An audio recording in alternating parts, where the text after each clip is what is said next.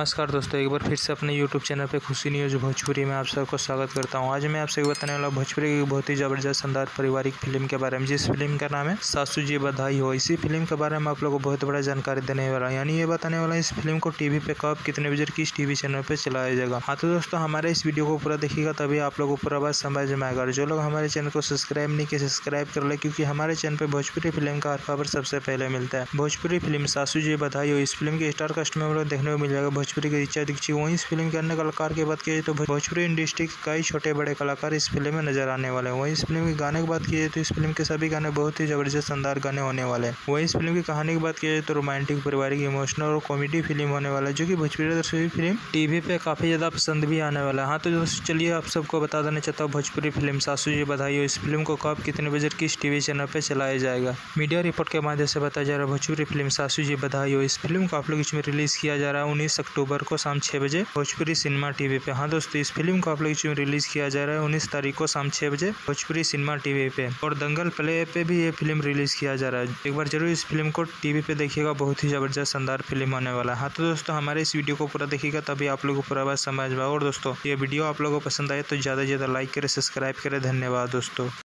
World digital premier में देखी सासू जी बधाई हो 19 अक्टूबर शनिवार शाम 6 बजे दंगल प्ले ऐप पर।